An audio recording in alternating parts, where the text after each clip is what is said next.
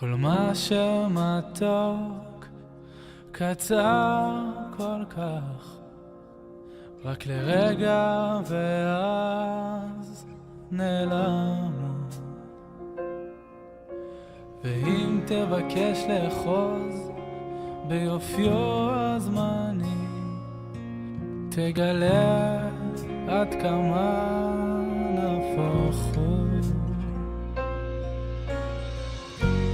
חלומות נשברים על סלי החופים של מציאות הבחר, ודמעות מלוכות נמעלות נבלעות בגשמי הברכה.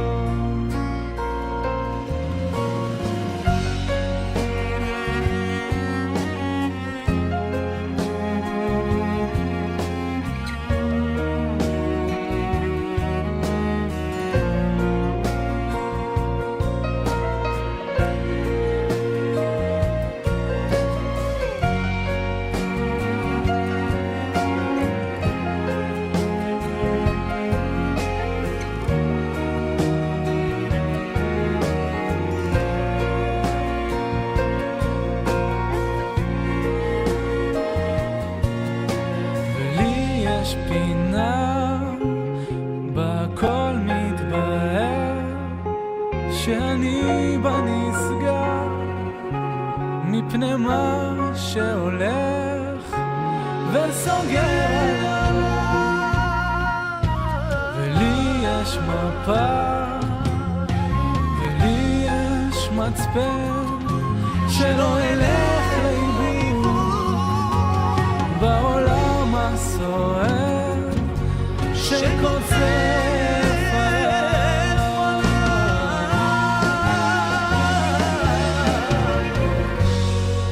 שירים מתקרב, את נפשי משובר בעבודה שבלב,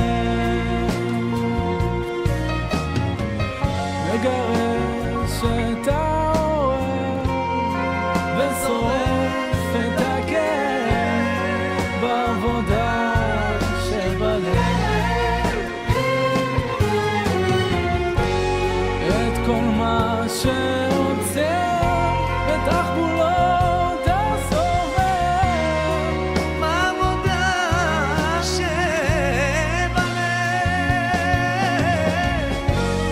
רוח בא ונושב שיר חדש בלי חוצר בעבודה שבלב.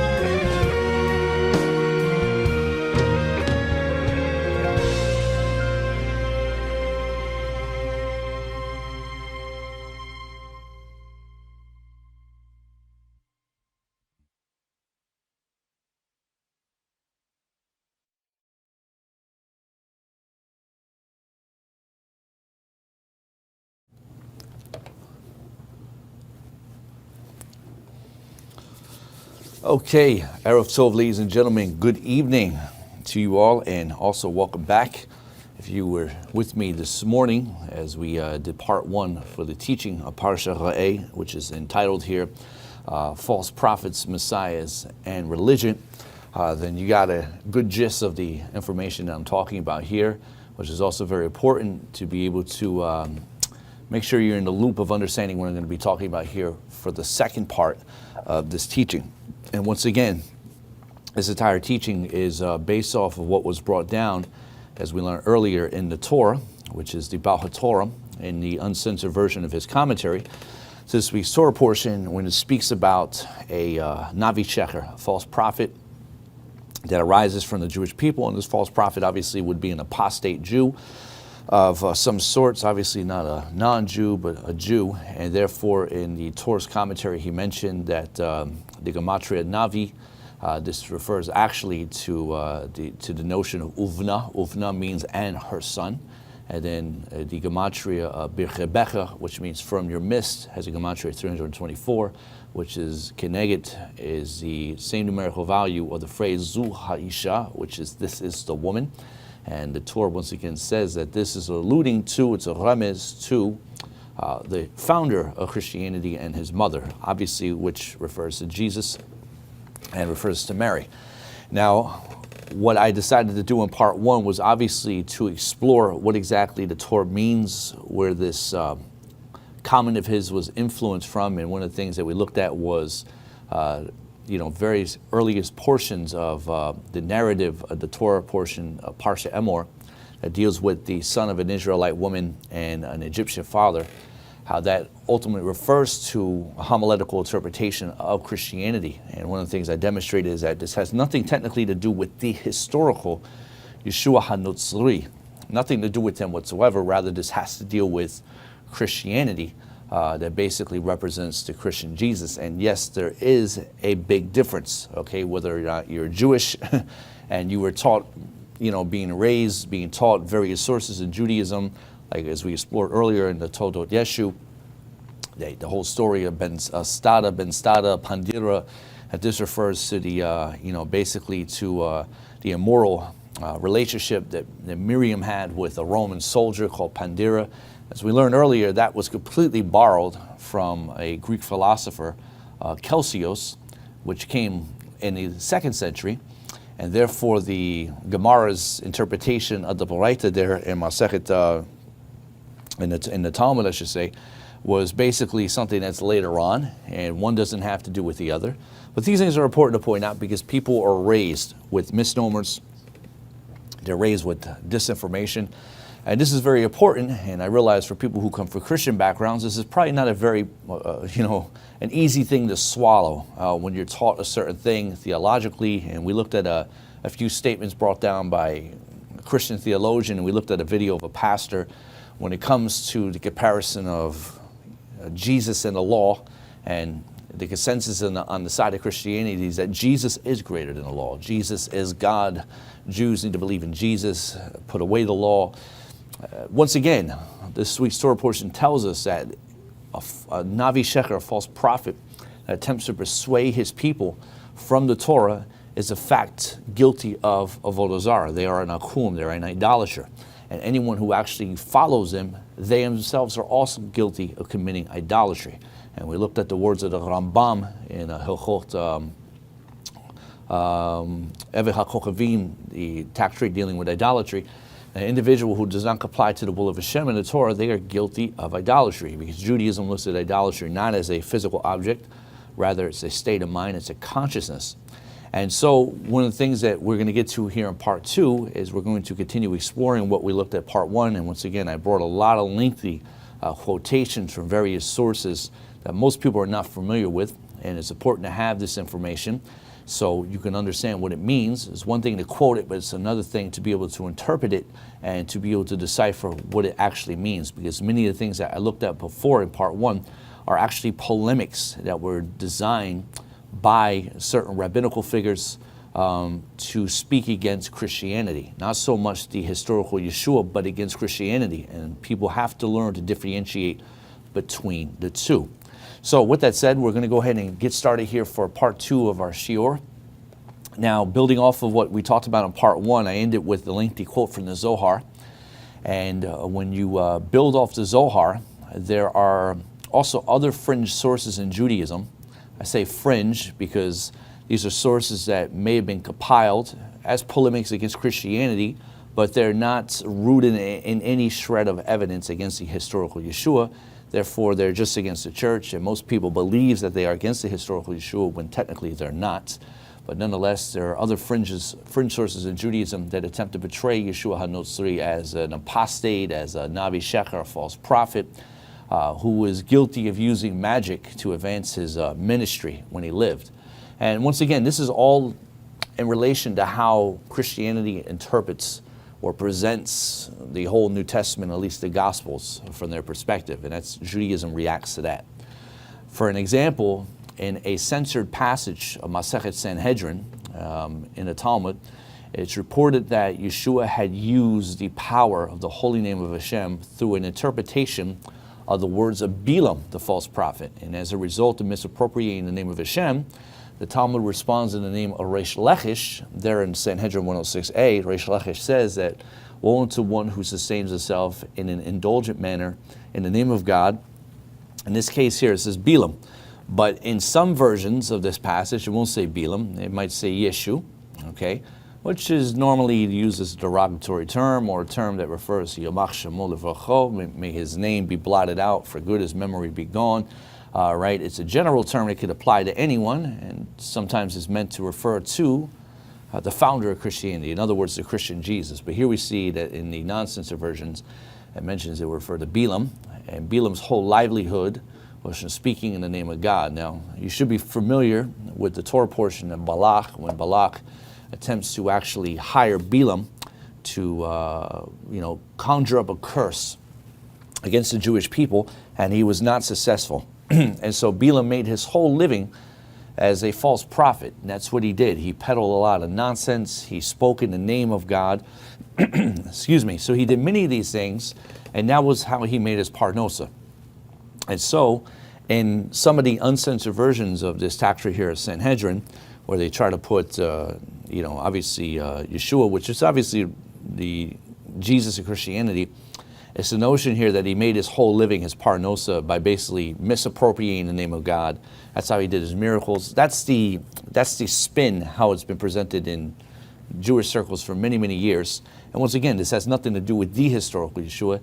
It's based upon how the Christian church presented the gospel per se, and mostly how they claim to be the representatives of Jesus of that situation. So it's important to be able to differentiate between the two, because once again, many Jewish people are brought up to taught, well, this is the concrete gospel about what it says about Yeshua, okay, Jesus of Nazareth, when technically that's not the case. A lot of things are fabricated, a lot of things are borrowed, and mostly these are polemics against the church, and people have to differentiate between the two. Now, we also find in a censored version of the Tikkuni Zohar, which is it's a commentary based off the Zohar, which deals really with 70 tikkunim, as it's called, different interpretations of the first chapter of the creation story of Bereshit. That's what it's called, Tikkuni Zohar.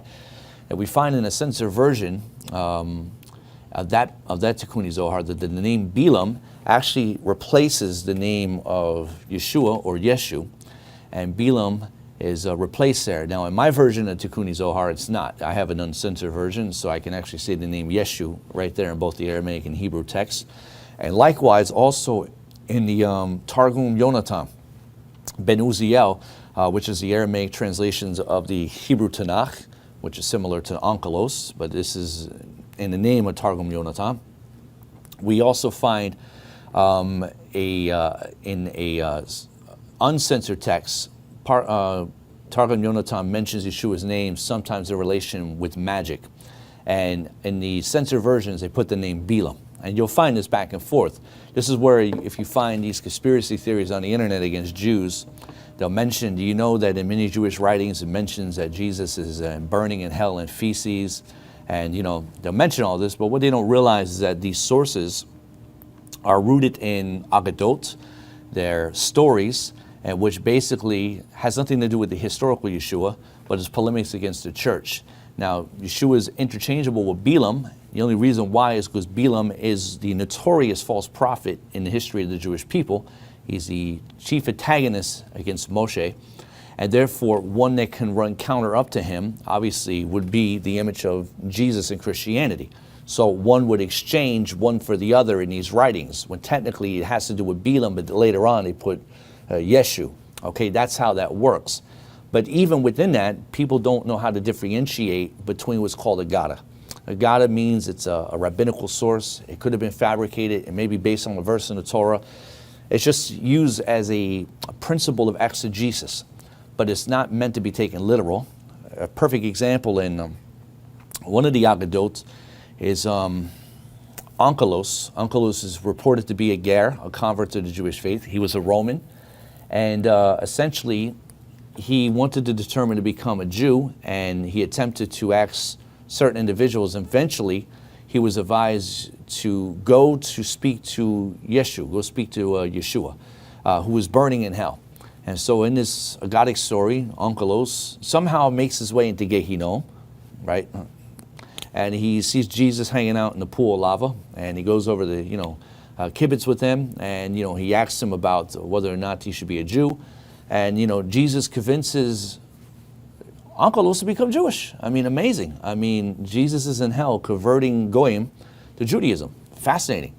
And the problem is with that, it's interesting, but it's pure Agadic. I mean, to take it literal, means that you believe in Santa Claus. And you have to understand what a Gada is, why the rabbis employ it, and the method for its learning. Other than that, it could be just considered wives' tales of some sorts, and sometimes it could go overboard. So this is important to point out because most people don't know how to differentiate between the two.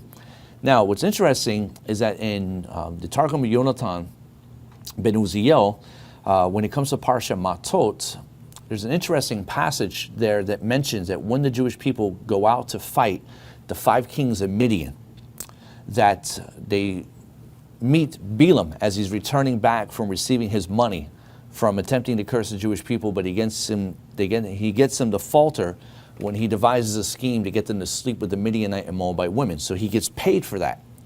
The Torah tells us that eventually he gets killed by the Jews. However, when you look at the Targum Yonatan ben Uziel, it paints this very, very elaborate, picture that when the Jews encounter Bilam, it's not just the Jewish people who kill him, but it's Pinhas, who is the grandson of Aharon, the son of Eleazar, that Pinhas and Bilam engage in magical warfare.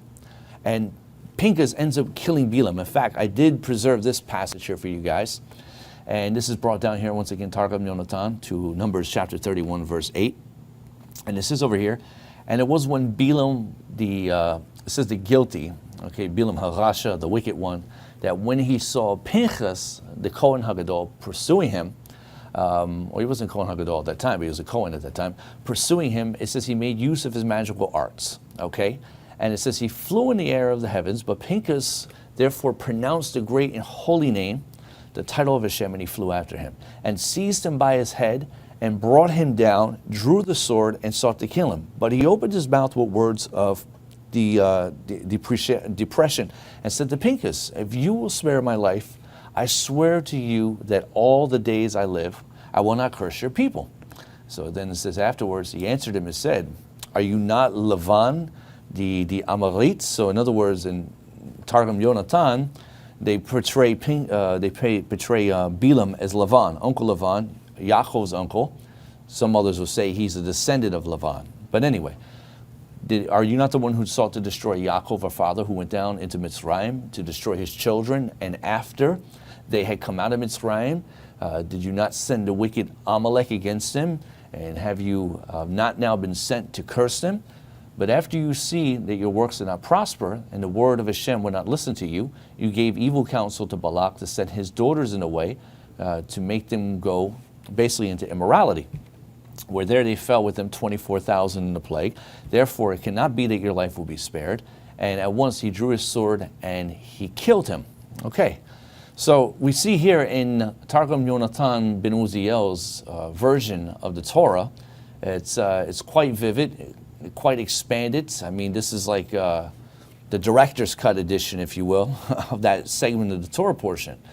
But what we see here is that this story of Pinhas and Bilam fighting with magical spiritual powers is influenced by another story, and it may be influenced from an apocryphal text that's called the Acts of Shimon Kepha, or the Acts of Peter, which originates from about 150 of the Common Era to 200 of the Common Era. Okay, this is very important because Targum Yonatan ben Uziel didn't appear until the 8th century. So, I mean, it's about 700 years later, okay? And what's interesting is that according to the Acts of Shimon Kepha, it mentions that there was a Samaritan magician named Simon Magus. Now, many of you are probably familiar. This is the same Simon Magus that appears in the book of Acts, chapter 8, verse 4 to 24. And in the Acts of Shimon Kepha, he attempts to do magical battle with Shimon Kepha in Rome.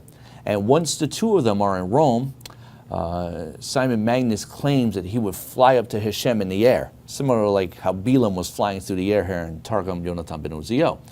And so the text mentions that Simon used his magic to fly all over Rome, and he was oppressing the Roman Senate.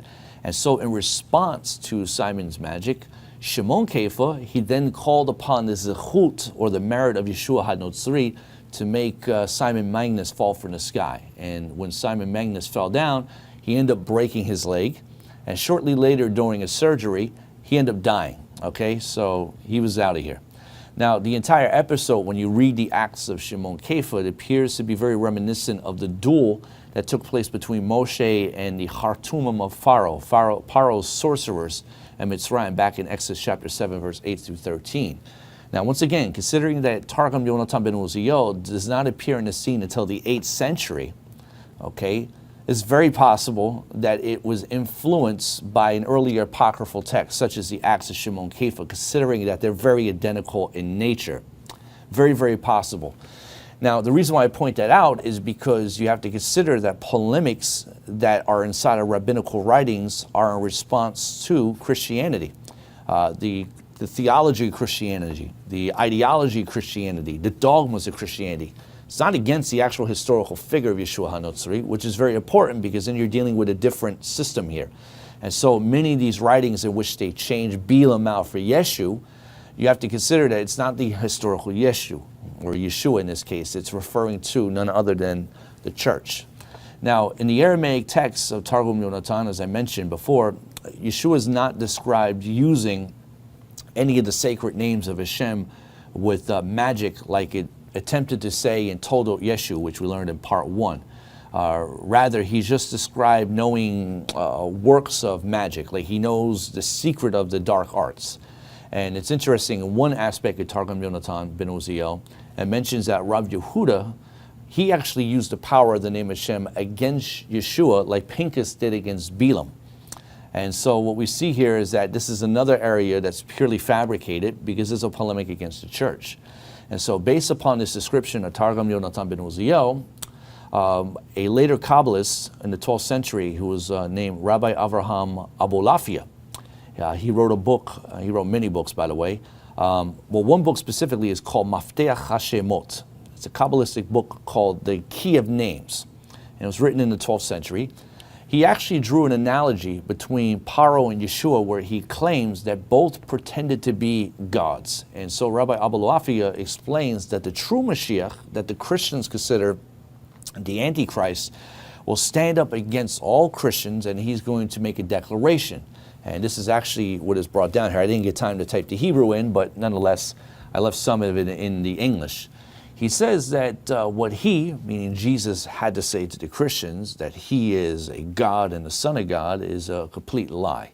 He did not receive his power from the unique holy name, as all his power is dependent, it says talui, which means hanging, suspending, upon the image of the tele. Now the tele means a dragon, which we'll get to in a minute, and therefore bidimut says hateli, the image or the likeness of the dragon, because he was talah, he was hanged on a tree of knowledge and good and evil. Now, a little bit about Rabbi Avraham Abulafia. He was an individual who's pretty much very, very, very Kabbalistic, and he was a big-time enemy of the Christian church, big time. In fact, he ventured out to challenge many of the popes at those times, but nonetheless, he is a unique mystical figure who serves as a great source in Kabbalistic research. And he had many positive things to say about the historical Yeshua, a lot of negative things to say about the Christian Jesus. And so when he challenges, makes this statement that you just read here, it's in relation to the Christian church. And we see something fascinating here, that according to Rabbi Avraham Abulafia, the Christian Jesus drew his power from the Egyptian astro magic that was connected to what he calls the tele. Now, what is the tele? The tele is the astrological sign of the cosmic serpent that we would call Draco, or the dragon. And Rabbi Abulafia, he identifies the Christian Jesus with the cosmic serpent by pointing out that, Jesus himself was hung on a cross. And so he's looking at a play on words here, because the word tala, hanging, is related to the Hebrew word tele, which refers to the astrological sign of the constellation, Draco, or the dragon, or the Nachash, the serpent. Now, what's interesting about this is that according to an early Kabbalistic book called the Sefer Yetzirah, which is attributed to Avraham, not that he wrote it, but it's attributed to him, the tele is the imaginary axis around which the heavens rotate. And it is seen as an imaginary line for which the celestial sphere hangs. In fact, regarding this topic, the Sefer Yetzirah, it mentions over here, it says, in proof of these things and witnessing faithfully of the universe, the year, the time, and the man himself, the man being a microcosm, he, meaning Hashem, fixed all these as a testimony of the triad of the heptad, the dochekad, and the 12 constellations. Now, in Hebrew, it's a little different, because it's actually looking at how the Hebrew language serves as the actual construct of the universe, that the Hebrew Aleph Beit is what actually created the universe. So when he talks about the three here, he's alluding to a Kabbalistic metaphysical concept regarding time, space, and depth. And he's also, at the same time, alluding to the certain Hebrew letters that are associated with that as well. Okay, so just to give you a little breakdown of that, because Sefer Yetzirah is designed to deal with a metaphysical explanation of creation, which pretty much goes more hand in hand with quantum mechanics. And he says over here that the rulers of the world, the dragon tail, which is the constellation Draco, which enthrones the universe, and the microcosm of man, the triad, the fire, the water, and the air, the fire above, the water below, and the air in its midst, the proof of which is that the air is the participator within both. So on a very somewhat deep level here, the Sefer Yetzirah is also describing geometry, tetrahedron. Okay, you have the elements of fire, the elements of water, you have the elements of air, you get into the periodic table of elements and all this other crazy stuff that the Sefer Yetzirah gets into, which is very unique if you're into quantum mechanics and science.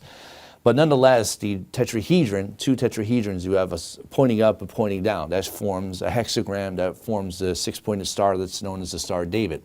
And so, therefore, it's a unique connection of what's above, what's below. It also is not just alluding to how things are created on a scientific level, but also alluding to the spiritual worlds, which are intangible versus a tangible reality as well. And so what we see here is that the tele, or at least the constellation of Draco, that this serves as an Ouroboros, in a sense, the tail goes back into its mouth, and so therefore it's connected, if you will, between the two dimensions of the physical and spiritual realm.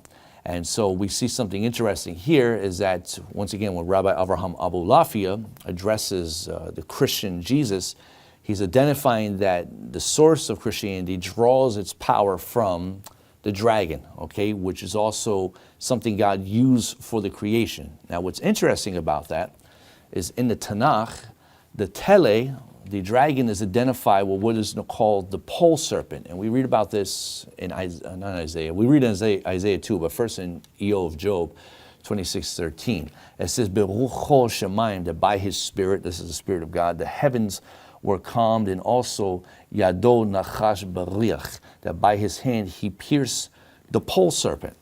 Like, what is the pole serpent? No, the pole serpent is supposed to be the tele. So not just the sense of the physical constellation or the stars that make up Draco or the dragon. Obviously, those are nothing more than an image of what is behind it. There's a spiritual power behind each constellation. I explained this in part 1 briefly, but basically each nation has a malach over it, a power, a spiritual principality. That corresponds a constellation, that corresponds planets, and above those there's different categories of angels, and above those categories of angels, seraphim, cherubim, chayot, etc., there's something called kochot, which means spiritual forces, spiritual powers. Essentially, all these act as a hierarchy going all the way back to Hashem himself. And so in Iyov, he mentions God actually piercing this pole serpent, which has to do with some type of angelic being in the higher world. On top of that, in Isaiah, it mentions that in the end of days, Hashem will destroy the spiritual forces of the tele, of the dragon. And so we read here in Isaiah 27, verse 1, it brings down over there, by Yom HaHuv Yivchor Adonai, b'karbah hakasha, that on a day with his great harsh sword, God will visit and he will overcome the Leviathan. Now it's interesting here, there's 3 different categories of these reptilian beasts. Okay, El Leviathan, Nachash Bariach, there's the Leviathan, there's what's called the pole serpent that Job just mentioned. Also Vaal, Leviathan, also another Leviathan of some sort. And then there are also a Nachash. There's a Nachash Achalaton, a coiled serpent, it says. The Harag, that God is going to kill also the Hatanin Asher Bayam, and this dragon of the sea. So there's all these type of reptilian creatures that Isaiah is talking about. Rabbinically, this also alludes to the slaughter of the feast of the great Leviathan, but it has a lot more deeper connotation to that because there's a whole species of these individuals over here. Now, what I found fascinating, to try to explain this in layman's terms without getting convoluted, is that Rashi, in his commentary over here to Isaiah, he explains that the very last force of the tele, that, the tele that these reptilians are a part of, basically these spiritual powers, is connected to Esav, okay, Edom. And this is what Rashi says on Isaiah. He says, and he shall slay the dragon that is in the sea, that is Sur, that is the head of the children of Esav, and it is situated in the heart of the seas, and also in Kittim are called the islands of the sea, and they are also the Romans. So Rashi understands that what Isaiah is alluding not to just to the Loch Ness monster, okay, for all you fans out there or Godzilla fans, okay, he's alluding to spiritual powers that have names like Leviathan, coiled serpent, pole serpent. What they are in their full nature, nobody fully knows. It's brought down in various Kabbalistic sources that these refer to spiritual entities that exist to interact between this world and the higher world. And eventually, when Hashem comes down to slay these beings, the last one is associated with Esav, okay? Elsewhere in Isaiah, we find it when God says he's going to satiate his sword with the actual heavens, or the Sevaot, the legions of the heavens. It's a reference to destroying the principalities of the respective nations that these spiritual powers are over. And then God mentions he's going to go to war with Edom. Okay, so before the physical nation of Edom or the system of Edom could collapse, God wars with its angelic counterpart in the heavenly world. And so Rashi brings that down over here. Now, why is that fascinating? Because when you speak about Esav, it's without any coincidence that the only place in the Torah that the word tele appears is in Parashat Toldot, where Yitzhak advises his son Esav to take his tele, and it's tended to be translated as instruments or gear, to go hunt food for him or to hunt sparks for him. We read here in Genesis chapter 27, verse 3, Yitzhak tells Esav, Ve'ata, he says, Sana kelecha telicha, sharpen your, if you will please, your gear, your instruments, right? Kelecha means vessels. However, we see here, ta'echa, tele, okay? What does that technically mean? I mean, what does it mean? Don't know technically, because it means serpent. It means something that you hang something on. Your sword, your bow, go out to the field, and you should, vitsuda li, you should hunt for me, sa'id. Now, sa'id, we translate it as game. I don't know what the heck that's supposed to mean. I'm just utilizing the Art Scroll English, but sa'id also means trapping. You could say it alludes to a figure of speech of hunting for something. But also we know there's a mystical connotation here on the sod interpretation. It refers to sparking, gathering something for a spark, if you will, a nitzot in that nature. So this is something very fascinating here, because we see that there's a connection with Esav, we see there's a connection also with the tele, with the dragon, with the power. Okay, so what we learn from this is that according to Rabbi Avraham Abulafia, the image of Y'shua HaNotsri has become associated with Esav. And by associating Yeshua with Esav, in this case Christianity, okay, which came from out the Romans, it indicates that the power of Christianity, or Edom, is related to the tele, to the dragon, to the nachash.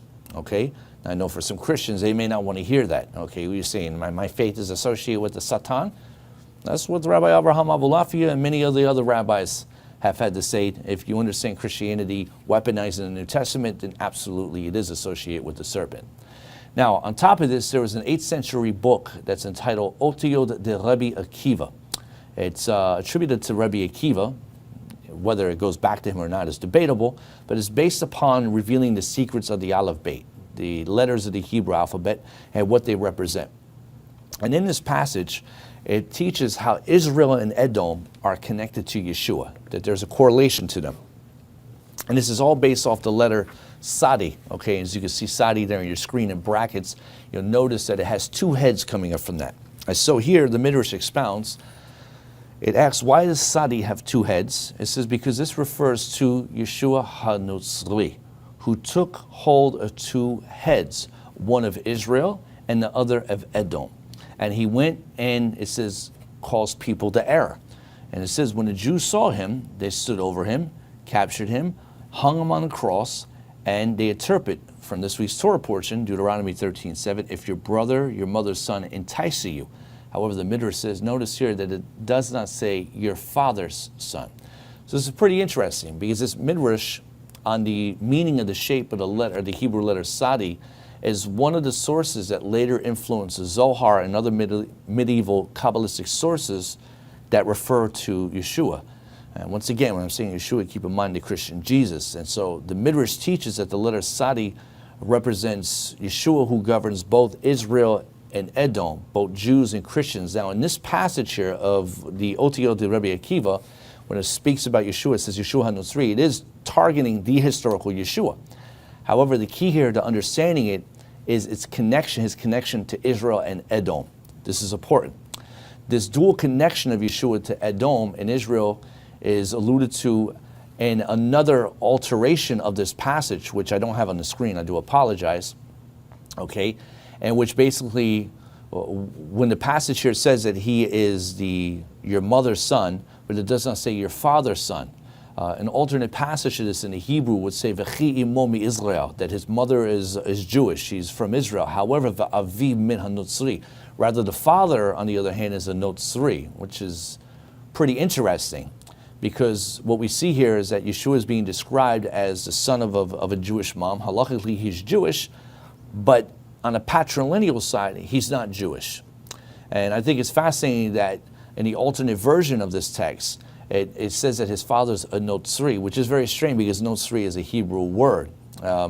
So what we're learning from the Midrash, what it's trying to teach, is that it's not speaking that the historical Yeshua had a Goyish father, like what we learned earlier in part 1 with Toldot Yeshu, that his father's Pandira and this other crazy nonsense. Okay? Rather, it's a play on words. The word Notsri sounds similar to the word Mitzri, right, which means Egyptian. Okay? What it's trying to say here is that Yeshua is kosher from his Judaism, right? His Judaism, he's a Jew. But the problem is, he's not kosher from his father's side, which in this case is his spiritual father. His spiritual father is called a Notsri. The Notsri in this situation is a term for Christianity, which is a term for Esav.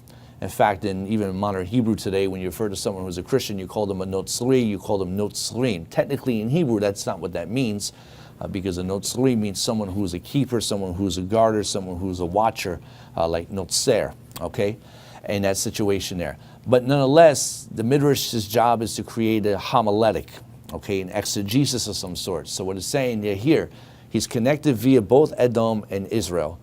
Israel, he's connected Jewishly via his Judaism, which is kosher. The problem is on his patrilineal side, and of course this is a figure of speech, he's connected via his father, who's a Notsri, which is Esav, which is Christianity. and therefore Christianity represents the Christian Jesus. So it's interesting that through his mother, Yeshua is connected to the Jewish people as a Jew, but through his father, Esav, he's connected to the Christian people as a Christian. And so it's from this tradition that Yeshua is linked to the Egyptian father of the blasphemer. Once again, Notzri sounds similar to Mitzri, and the blasphemer is the story of the Israelite woman and Egyptian father, which brings me to mind a interesting edition of Targum Yonatan. As I mentioned before, there's various editions of it. One edition specifically is called the Hoderech edition, which tends to combine some of the earliest sources of Targum Yonatan ben Uziel with some later editions. And this was published in the 15th century. So the earlier four sources of the Targum Yonatan ben Uziel that I quoted from earlier, that emerged in the 8th century. So the Hoderech version later emerges by the 15th century. So this is a later edition. And what's fascinating about the Hoderech edition is that it mentions that after the rabbis accused Yeshua of being a ben Nida, a ben Zona, and a mamzer, this illegitimate child, it mentions that Rabbi Akiva approaches Yeshua and he asks him, what town in Israel does he come from?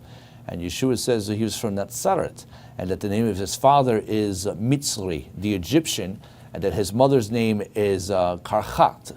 Karchat is interesting because it's a play on the Hebrew word, or it's related to the Hebrew word kerech, which means bald. So in other words, it's an attempt to present his family as Egyptians in a way, that they were Egyptian-like in culture and nature. So the Targum mentions that Rabbi Akiva went to Nazareth, and he's asking everyone in the town over there, Eifo Beitz Mitzri, where's the house of the Egyptian at? And finally, Rabbi Akiva finds out, this is not the real name of Yeshua's parents. Rather, they changed their names after they went down to Egypt based upon the faulty reading of how people read Matthew, of Joseph and then fleeing to Mitzrayim, which is an issue within itself, which I address in my commentary on Matthew. But nonetheless, once he comes back, they kept these names for themselves. And so there in the Hoderech edition of Yonatan ben Uziel, Rabbi Akiva offers an explanation on why Yosef changed his name to Mitzri. Because he says, he calls himself a Mitzri because he's of the condition of Masei Mitzrim, because he acts in a way, the deeds of the Mitzrim, which is a negative, if you will, condescending remark that tries to hint at him being immoral of some sorts, right? So by identifying Yosef as a Mitzri, who practices the deeds of the Mitzrim or the Egyptians, in this case sexual immorality, the Hoderech edition of Targum Yonatan ben Uziel is attempting to connect Yeshua as the son of the Israelite woman and the Egyptian man back in Parashat Re'eh. So all roads keep coming back to that narrative, that polemic that has been developed, which is interesting because when it's not understood in context, people tend to think it refers to the historical Yeshua when it's not. It's a polemic against the church, but the notion here is how do you crack the code? How do you decipher what is that polemic trying to teach? What is it trying to convey? Because this is where a lot of people are completely missing the mark. Earlier in part 1, we learned that in Toldot Yeshu, Yeshua's mother was portrayed as a Zona, as an unfaithful woman. And so the attempts to portray Miriam as a Zona was to establish a connection to the story of the son of the Israelite woman and the Egyptian man, once again in Parashat Re'eh. And as we learned also in part 1, the Midrash mentioned that the Israelite woman was guilty of having an affair with an Egyptian taskmaster. That's how this child was born, which is why, like in Philo, his commentary on that Torah portion, he calls the child a notos in Greek, which doesn't just mean a mixture of an Egyptian and Jewish relations, but he refers to with the Hebrew term erel grav. He's a mixture of two belief systems, of Judaism and Egyptian atheism.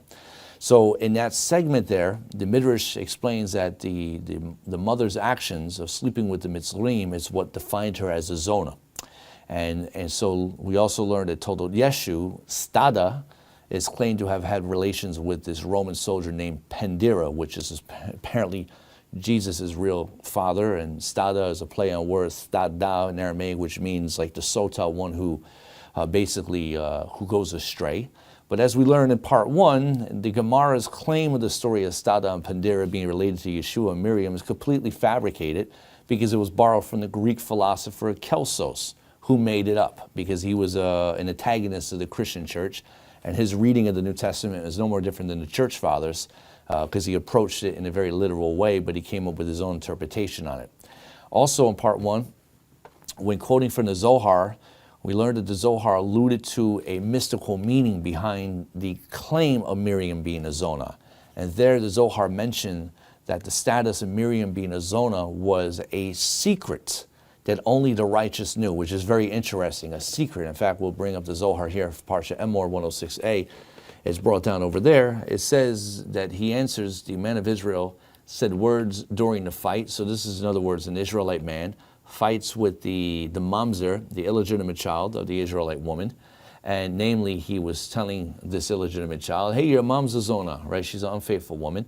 And immediately from that, it says the Israeli woman's son, not blasphemed, but vayikov. He pierced HaShem, the name, which is representation of the name of God, as in pierce, like it says in piercing the lid of, which is alluding to a passage in 2 Kings that we alluded to earlier. And this is the meaning of it, is that he took the last hey of the midat hachesed, the attribute of God, UK Vavk, okay? And which is Malchut, which is associated with the Shekhinah, which we're going to get into momentarily. And he cursed it in order to defend his mother, it says. That's interesting. And it says, this is the hole he pierced, and mentioned the holy name explicitly. This is told to the reapers of the field. The secret of it is likewise the ways of an adulterous woman, alluding to Proverbs 30, verse 20. And it says, happy is the lot of the righteous who know this matter, yet keep it hidden. Therefore it is said in Proverbs 25:9, debate your cause with your neighbor and do not reveal the secret of another. And therefore the Zohar says the secret is too deep and cannot be revealed. Okay, so what we see here is that this verse from Proverbs chapter 30, verse 20, it serves as an internal code which could be decoded only by who are called the reapers of the field, or the tzaddikim, the righteous men, who are warned to keep the mysteries of the blasphemer and his adulterous mother completely concealed. This warning is mentioned 4 times in the Zohar's commentary on Parashat Emor, which I read in great detail in part 1. So what the Zohar is saying here with this repetition, this warning, is that the Zohar is trying to teach that Miriam identified with Shalomit as a Zona is not the historical Miriam, the mother of Yeshua, but the Miriam of Christianity. Who's the Miriam of Christianity? It's the church. That's who it is. It's the church. The reference to Miriam as a Zona based on Proverbs 30:20 was actually developed in a 13th century polemic against Christianity called Melchemet Mitzvah, literally the War of Commandments. Melchemet Mitzvah was written by a French rabbi, Rabbi Mir ben Simon of Narbonne. And this is what he had to say regarding this concept. Well, before I actually I'll get there right there. In Proverbs, it's right here, Melchemet Mitzvah. He says, in Proverbs 13:20, he says it describes a Zona, which is an unfaithful woman, as a woman who eats and wipes her mouth and says she has done no wickedness.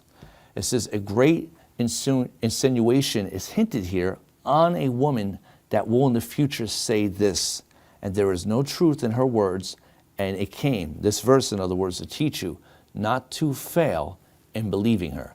So on a Pashat level, that passage in Proverbs chapter 30, verse 20, deals with staying away from a woman who is a Zona, a prostitute, right? Not trying to be beguiled by her or falling for her, right? Because eventually it's going to lead down to a path of immorality that's going to cause consequences for a person. And this is why that warning is there in Proverbs from Shlomo. However, we know that the Torah has a pardes dimension. It has different hermeneutical interpretations. And when these passages are applied like it is in the Zohar mystically and like what is brought down here in Melchemet Mitzvah, we have to understand the inner meaning of this passage. So when Melchemet Mitzvah speaks about, basically, this woman says she has done none wickedness, similar like the physical Zona, physical prostitute, this is alluding to many of the great evils that Christianity has done going back to the Roman Empire. There's various places in the Talmud and the Midrash to mention how the Romans, senators and governors, they would actually execute criminals for certain sins that they themselves were guilty of, right? Projection, like we see in today's day and age. apple doesn't fall too far from the tree with these politicians. But then later on, from the ashes of the Roman Empire came the Roman Church, Christianity, and therefore the Jews experienced, firsthand, experience of what it was like to be persecuted, what it was like to be killed, what it was like to be called Christ killers, with the weaponization of the New Testament. And so eventually, as they were killed and persecuted, the church says, I've done no evil, I've done nothing wicked, done nothing whatsoever. So Muhammad's mitzvah in the end there, it says that an individual needs to stay far away from believing her, not just the zona per se, but believing the theology, believing the teachings of Christianity. Now, another interesting example from a Kabbalistic source describing Miriam as a zona, and once again, this is not historical Miriam, but we're talking about the church here. It appears in the writings of Rabbi Yosef Hamadan, which is from Persia, which deals with the Iranian Jewish community. And he wrote an interesting work called Ta'amei HaMitzvot. And he says this, he says, until a bad faith had risen in the nations of the world, new gods that came newly upon whom your fathers did not fear. And it's a quotation from Parashat Hazinu, Deuteronomy 32:17.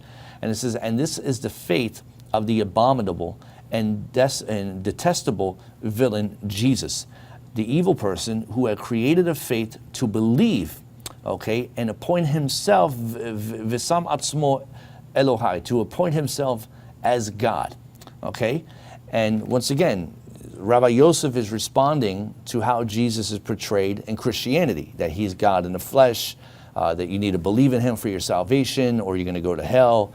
This is a response. And therefore he responds to that by saying in the Torah, Parashat Yetzirah, Exodus 23, it says, you shall not have any other gods before me.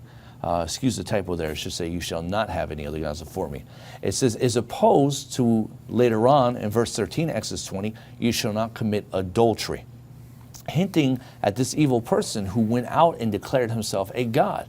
Any place in Sefer Mishlei where we find adulterous woman or zona hints at the defiled sect and an idolatrous sect, and regarding this, it is said in Proverbs 5:8, remove yourself far from her and do not come to the door of her house. Now, this is a very interesting piece of exegesis here by Rabbi Hamadan. For one, we see a connection between idolatry and adultery, which tend to be two key issues in Jewish law on why Jews were prohibited to intermarry with non-Jewish women, because the immoral relationship will lead one to adultery, which is why when you take a look at the golden calf episode, when Moshe comes off the mountain, he sees the Jews engage in immoral behavior and idolatry. They go hand in hand. Later on in Parashat Balak, Bilam couldn't curse the Jews, so he devised a scheme to get them to sin through sexual immorality. The sexual immorality led them to Baal Peor, idolatry. They always go hand in hand together. And so the halakha came along and said, hey, we are prohibited from intermingling with non-Jewish women because eventually it will lead to idolatry. We also see, sadly, the downfall that happened with Shlomo HaMelech, that with all his concubines, his plegashim, he made a very fatal mistake, that he was very seduced by them, and it led him also to commit the act of avodah zarah, of idolatry. Now, what's interesting about this passage here is that when Rav Hamadan identifies Miriam as a zona, he's not identifying the historical Miriam, the mother of Yeshua, as a zona. Rather, he is identifying Christianity as a zona. And we see here that Rav Hamadan's quote from Mishlei, down here, Proverbs 5:8, warning, Va'ad tirav lo petach beta, do not draw near to the house of a zona, is a reference to not drawing near to the church. This is why he identified Christianity as an idolatrous, defiled sect that's identified as an adulterous woman, Because adulterous is in the sense that Christianity came along and took something that didn't belong to them, in this case the historical Yeshua, rooted in Judaism, and converted and perverted what his teachings were, and therefore made it their own. So in a way, they came and, figuratively speaking, slept with something that didn't belong with them. They got involved with something that wasn't theirs. The church fathers, things of that nature, and they made a grave error. So the main addition of the Zohar's homiletical approach, which is absent in other midrash, specifically in Vayikra Rabbah, is the unique mythical, theurgical interpretation of the blasphemer's narrative. Now, this is where I want to come and focus on the verb that appears in the Torah, Parashat Emor, that says vayikov, which means and he pierced, not and he pronounced, which is very interesting. I'll pull that up on the screen here, going back to Leviticus 24, verse 10 through 12. We see here, Vayitze ben ish Israelit, a son of an Israeli woman went out. Now, once again, the Zohar mentions he went out from Israel, right, from his portion of the Jewish people. Something happened to him. He went over to the dark side. V'hu ben ish Mitzri. He's also the son of an Egyptian man. Now, once again, we know from Vayichel Rabbah that basically the Egyptian man was a taskmaster that slept with an Israeli woman behind her husband's back. Moshe ended up killing this guy, and eventually now he's going to kill the son of that union as well.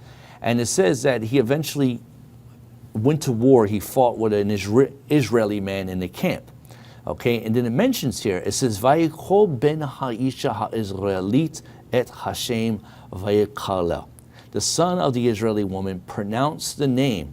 Now, not pronounced literally, but pierced the name and cursed. It says blaspheme, but literally and cursed. So what did they do? Vayavi'u oto el Moshe. They brought him to Moshe, okay, and the name of his mother. This is also interesting because the mother's name has not been mentioned until this episode. So keep that in mind because this is something the Zohar is going to reveal a unique secret about. The name of his mother, V'shem imo Shalomit bat Divrei. Now pay attention to that name. Shalomit is a feminine form for shalom, which comes from the root word shalem. Bat means daughter. Divrei is from the word davar, word. Keep that in mind. It's very important. Lamatei Dan from the tribe of Dan. And it says they placed him under a guard to clarify for themselves through Hashem. In other words, what to do him, and basically eventually he got stoned. Now we go right to the Zohar, which I quoted from in part 1 in great length, and we're not going to focus on the whole passage, but on the key passage from the Zohar. Zohar therefore says, what is meant by pierce when it says vayikov? What does that mean? Rabbi Abba said, well, he surely not blasphemed, it says, but rather he vayikov, that he pierced, as it says in 2 Kings 12:2, which mentions a vayikov hor, bidalto, that there was a piercing of a hole in the lid, piercing of that which was covered, something that was covered, therefore now has been pierced. Now, this passage here provides a unique explanation of the verb vayikov by comparing it to the identical verb that's used over in 2 Kings. And if you don't know the context of 2 Kings, the Zohar is quoting, it refers to Yehoiada, the Kohen HaGadol, the high priest at that time. What he did was he pierced a hole in the temple's door. And the reason why he pierced a hole in the temple's door was to be able to collect money for the temple. Now, the temple's door, as it led up to it, obviously you had the temple door, part of the dukin that would lead into the courtyard, and then there's the obvious door that went into the hekel, the sanctuary.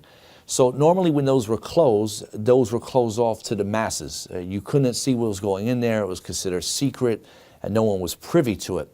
But by piercing a hole into it, the Zohar finds that it basically it compromises the structural integrity of holiness that was inside the temple.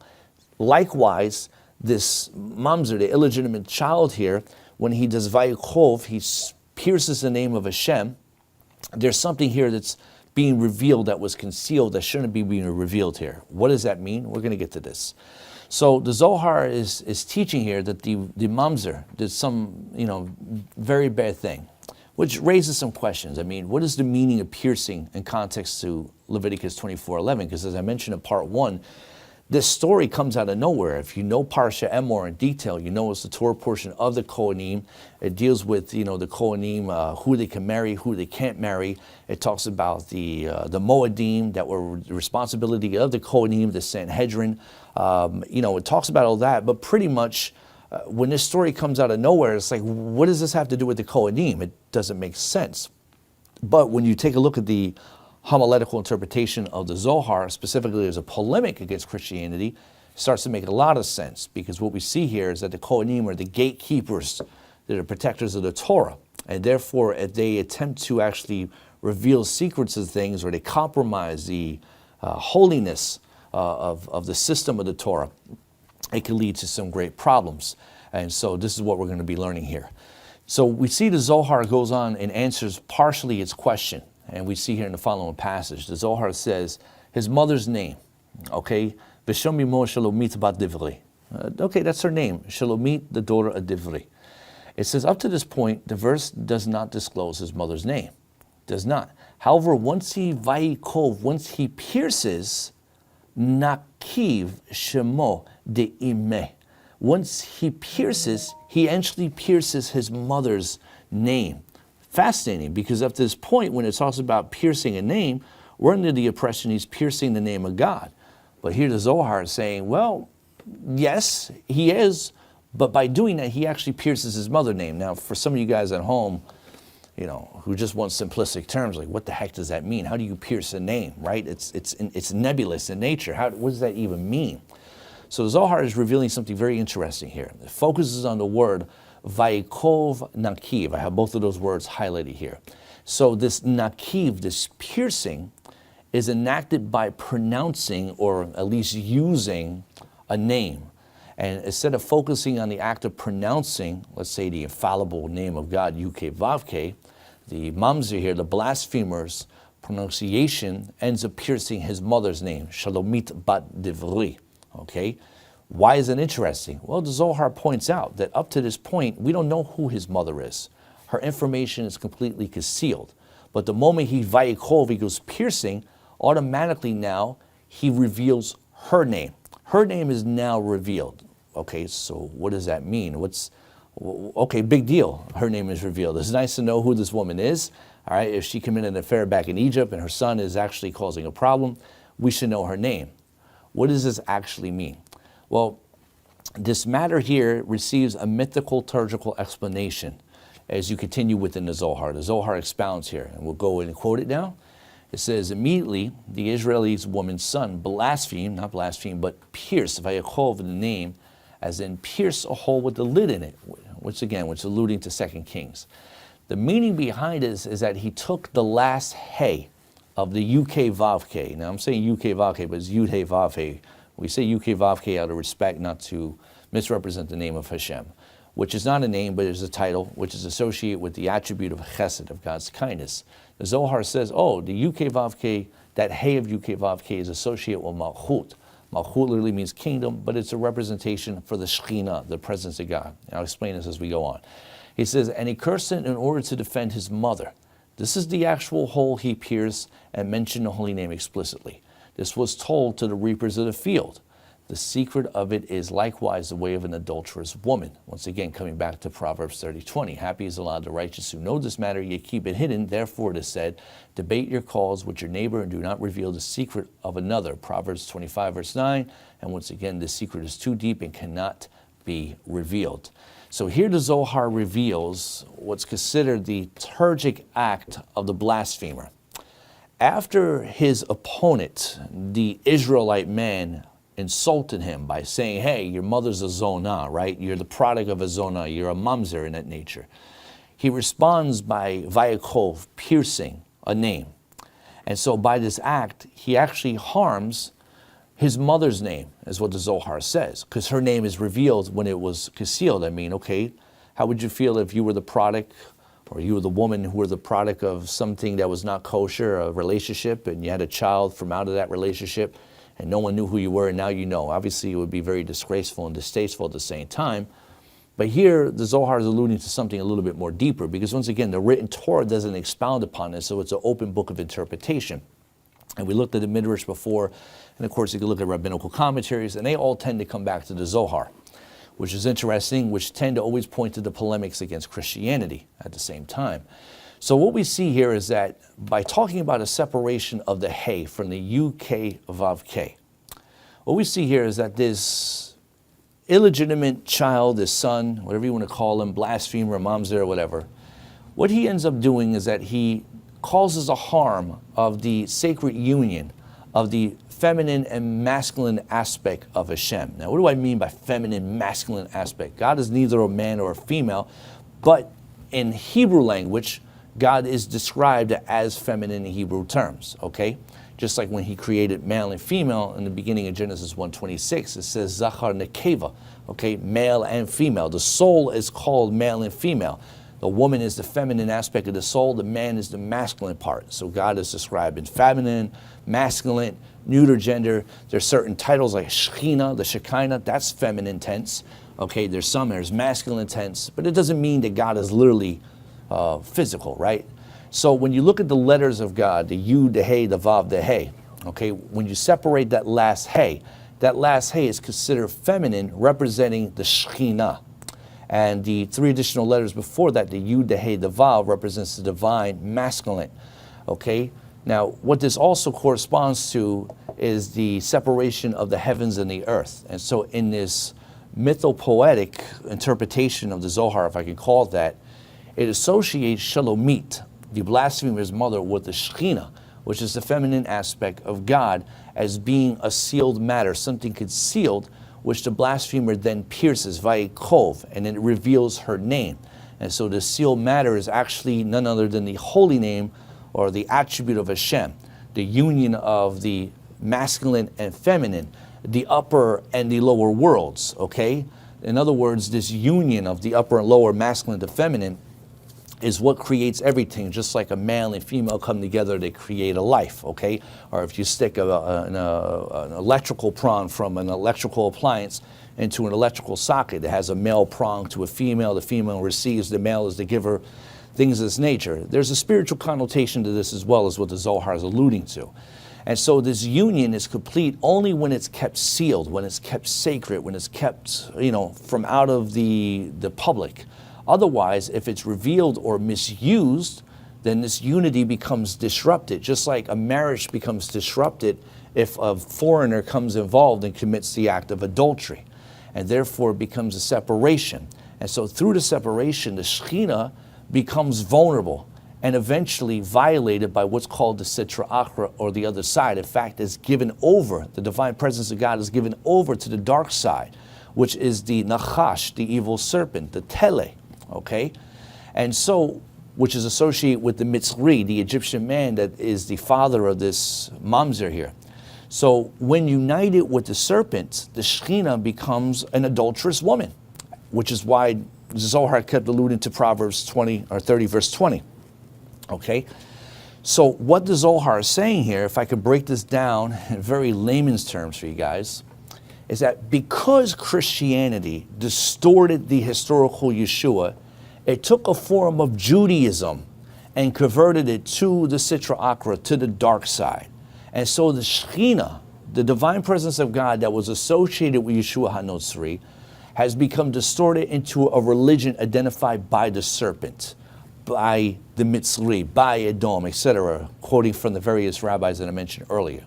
So considering that the mamzer is a product of an immoral relationship or / belief system, because it's not literal in that sense, but a belief system, which is like the term Rav or Notos, as Philo called it, what we see here is that Y'shua HaNotsri becomes the product of an immoral belief system, a mixture of Judaism and Christianity, which is Edom. And who is Edom? Esau was also the product of immoral behavior when he rebelled against his father and mother and went with the Canaanite women. This is also why in Christianity there's massive sex scandals within the church. So the Zohar mentions that only the reapers of the field know this secret, and therefore they need to keep it concealed. They need to keep their mouths shut. As it says, this was told to the reapers of the field, the secret of it is likewise the way of an adulterous woman. In other words, the converted perversion of the Shekhinah. And it says, happy is the lot of the righteous who know this matter, yet keep it hidden.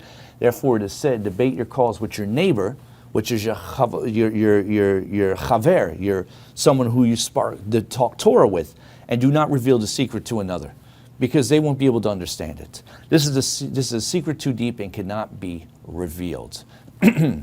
So the reapers of the field, once again, are those who guard the mystery of the holy name, okay, the sacred workings of God, from falling into the wrong hands and from being separated or pierced, thus preventing the Shekhinah from becoming like an adulterous woman.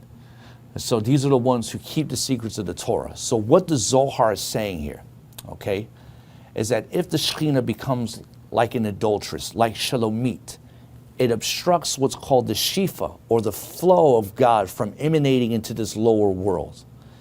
What you got to understand with these polemics is that when Christianity weaponized the New Testament and turned Yeshua into a god, okay, he's the second person in the Trinity, and they distorted all of Paul's writings, and he attempted to missionize Jews to convert to Christianity, to deny the Torah. It took a kosher source of that Shifa of God, that God emanated through, meaning God emanated through Y'shua HaNotsri. They converted that source into something unkosher. So when the Zohar mentions the mamzer representing the Christian Jesus, pierce the name of Hashem, it was in relation to piercing the letter He, that the name of the mamzer's mother, Shalomit, is first appears in the Torah, because before this her name wasn't there, it was concealed. And as I explained just before, the word Shalomit in Hebrew is feminine for the word Shalom, which comes from the root word Shalem. Shalem means harmony. It means a balance. What is a balance and a harmony? Well, in relation to God, you're talking about a balance in this lower world and the higher worlds. There's a constant flow, a peace that works. She's also called Bat, daughter of Divri. Divri means Davar, the word. But what is the word? It's the Torah. She is none other than a harmonious balance of the Torah that keeps everything in equilibrium in creation. So what the Zohar is teaching here is that when the Shekhinah is connected to the Torah, it's united with Hashem. What that means is that when the Shekhinah is in a Tzaddik, a righteous individual who is constantly with the Torah, that individual is a conduit for the Shekhinah, for God to flow through in this world. But when that Tzaddik is cut off, the Shekhinah that's associated with them is cut off from Hashem and is given over to the dark side. So what has happened with the historical Y'shua HaNotsri is that he was cut off from that kosher side, brought over to the Sitra Achra Christianity, and therefore has distorted the Shekhinah into an adulterous woman, which represents the church. And so by doing this, Christianity has turned into an adulterous woman. Therefore, instead of being the Mashiach, the conduit of the Shekhinah, what did Yeshua become? Yeshua became the anti-Mashiach. He became the son of the other side, the Sitra Achra, and therefore Christianity represents an adulterous woman that every Jew is said, stay away from her. Have nothing to do with her whatsoever. Rightfully so, because it's a gross distortion of everything that relates to Torah concepts. And that's why the New Testament became weaponized. So in conclusion of this two-part teaching that is subtitled False Prophets, Religion, and also False Prophets, Messiahs, and Religion, we come to understand that Torah's comment, which is influenced by the Zohar, when he looks at the gematria of the word Navi, being related to the gematria of the phrase Uvna, which means and her son, and that b'kribך has a gematria to actually the phrase Zu ha'isha, that this is the woman. The Torah, the Baal HaTorah mentioned, well, this refers to Jesus and his mother Miriam, right? Because Christianity says the law is done away with. Jesus, the founder of Christianity, says that the law is done away with. Paul says that the law is done away with. All of this is out of Christian theological circles. And so Jews have experienced this for thousands of years. They're going to stay away from it. And this is why, as I explained in part 1, any Jew who accepts any Christian theology, ideology, or philosophy is guilty of avodah zarah. You believe Jesus is God, it's avodah zarah for a Jew, period. Jesus is not God. Paul never taught against the Torah. Paul's job was to teach Gentiles how to follow the instructions of the halakhic ruling in Acts 15, which was designated by the court, which people fail to understand. The Notzrim went to the Zekanim in Acts 15. The Zekanim is a 23-seat Sanhedrin of Pharisees compiled of both the school of Shammai and Hillel. And they went to rule, do non-Jews have to be circumcised to become Jewish to have salvation? The answer was no. They only had to actually observe 4 of the rulings that were brought down in the court. Paul's job was to create a system, a halakhic system that would be compatible for these non-Jews in the diaspora. And therefore, that's what his job was. He never taught against the Torah. In fact, in any other areas, he was 100% observant of the Torah, as he found Timothy, who was the product of intermarriage. His father was a Goy, his mother was a Jew who was assimilated as a Hellenist, and he himself as a Jew did not have circumcision. But the moment Paul found out he wasn't circumcised, immediately got him circumcised. And there's many areas that Paul dealt with in those passages. Never did he actually violate the Torah in that sense, as is reported, but because of how Christianity presents him, automatically that's how Judaism perceives him. And so the anti-missionaries, they attack the New Testament text based upon Christian interpretation. They fail to look at the Greek. They fail to compare the manuscripts. They're not interested in it. Why? Because Christianity has become this adulterous woman. It represents a mamzer, per se. It's a distortion of the historical Yeshua and his movement, the Notzri. And so the challenge for many people is something hard to swallow. For Jews, obviously, they need to go and learn to basically relearn these texts that they've been taught. That they say there's a proof text in Toldos Yeshu that refers to Y'shua HaNotsri, which is complete shtuyot. I have clearly established that. Or if a person's Christian, it's very hard for them to decipher this because they're just an innocent individual who wants to love God. I can understand that. But what you have to understand is that system, the dogmas, philosophies, ideologies, theologies, are all corrupted. It's all based upon an anti-Jewish rhetoric. It's all based upon rejection of the Torah. And when you do that, you have now cut off, okay, you have pierced this name here, Hashem, and therefore you've made a major error in this situation. This is why there has been a great awakening amongst the non-Jewish nations who eventually renounce their Christianity, right? Because they realize the system is broke, the system is corrupt. And that is why the sages mentioned the last system that will be destroyed at the precipice of the coming of Mashiach will be Edom, Christianity, which is not just limited to a religion. It represents a global system that's filled with banking, technology, and governments. That system will be destroyed. And I do believe we're living at the precipice of that time in our generation as well. And so with that said, this brings us to an end of this two-part teaching. I highly recommend for you guys to go back, relook at this material, try to get familiar with it. A lot of this material I realize a lot of people don't have access to. It's hard for some people to approach it, but please go back, look at the material, the sources I quote. If you have the ability to go pick up a copy of Philo, go do so. These are things that you owe to yourself, your own investment spiritually. And please don't take my word for anything, okay? I'm just releasing the information. I'm sharing the information. And therefore you can feel free to disagree with me. But don't simply sit there and say, I don't like what he says, and don't do yourself the research. Research is information. Tonight, actually, we now enter into Chodesh Elul. Chodesh Elul is the last month of the Hebrew calendar before we transition into the new year. Now, obviously, it's not the last month, the month of Adar is, but it's the last of the head of the year for all of mankind. And so Hashem, when he assesses the world on Rosh Hashanah, he does it through Israel. That's who he does it through. And so therefore, Elul is a time that we prepare ourselves, we draw close to Hashem, and please, let's not get close to Hashem through institutionalized religion, but truly through heartfelt shuva. Every morning in the synagogue, the shofar is blown, except on Shabbat. We read the additional passage of Psalm 27, and therefore we prepare ourselves for the up-and-coming holiday season, that God will give us all a great successful new year, great enhancement with him, and this is a time that we should draw close. So I would say for those caught up in the religious gashmiut, the system of religion, learn to break through anything, challenge system of belief, do some studying for yourself, help free yourself mentally of certain things, and learn to come to a knowledge of this concept here, because one of the things I'm teaching here is clearly the problem is not with the historical Y'shua HaNotsri, the problem is with the Christian system. That is the main problem. Always has been a problem until it's actually uprooted and destroyed, as it will be eventually in our days. So the Fernach Chavarim, once again, if our organization, our ministry is a blessing to you guys, prayerfully consider supporting us financially. You can find the links right below this video, either to our website, through PayPal. Thank you very much for your financial support, your prayers.